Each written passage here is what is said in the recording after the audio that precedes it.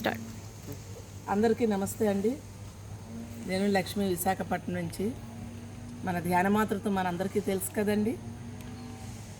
ఆ ధ్యానమాతృత్వం ప్రోగ్రామ్ని ఇండోనేషియా బాలీలో చేయడానికి జీకే గారు వెళ్ళి అక్కడ మీరు బాలీ మాస్టర్స్ అందరికీ ధ్యానమాతృత్వాన్ని అందించండి అని చెప్తే మేము ఈ బాలీకి రావడం జరిగింది.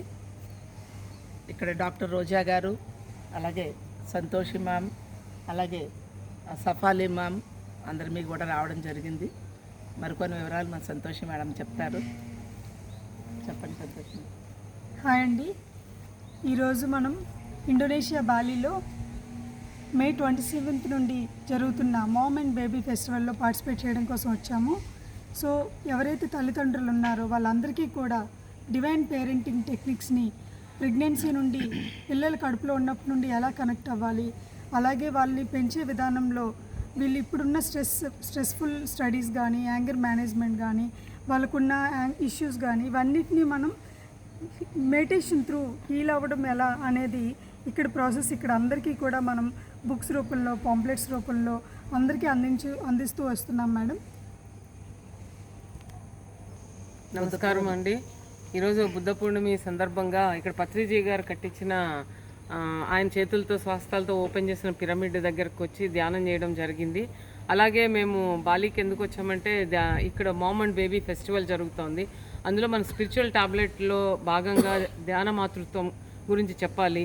తల్లులు గర్భిణీలుగా ఉన్నప్పుడు ఒక ఆహారము, టాబ్లెట్స్ గురించి నేను ఒక గైనకాలజిస్ట్గా చెప్తాను. దానికి మించి మనము ధ్యానం చేయాలి. ఒక తల్లి శాకాహారంగా ఉండాలి, సరైన ఆలోచనలతో ఉండాలి.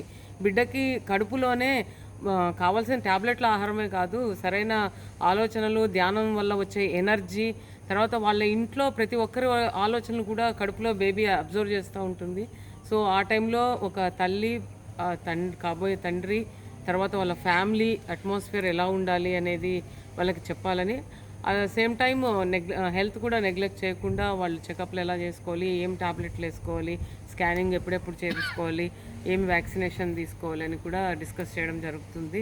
పోతే తర్వాత పిల్లలు పుట్టడం అనేది ప్రకృతి సహజంగా జరుగుతుంది. ఎవరు ఏ జాగ్రత్తలు తీసుకున్నా తీసుకోకపోయినా వాళ్ళు పుట్టాక, ఆ సోల్స్ ఈ భూమి మీద వచ్చాక వాళ్ళని ఎలా పెంచాలి అనే దాని మీద కూడా తల్లికి కౌన్సిలింగ్, తండ్రికి కౌన్సిలింగ్ ఇవ్వడంలో భాగమే ఈ ధ్యాన మాతృత్వం.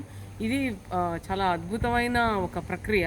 దీన్ని ఇక్కడ బాలీలో ఇది ఇప్పుడు స్టార్ట్ చేయడం అనేది మామ్ అండ్ బేబీ ఫెస్టివల్లో ఈ స్పిరిచువల్ టాబ్లెట్లో భాగంగా చాలా ఆనందంగా ఉంది.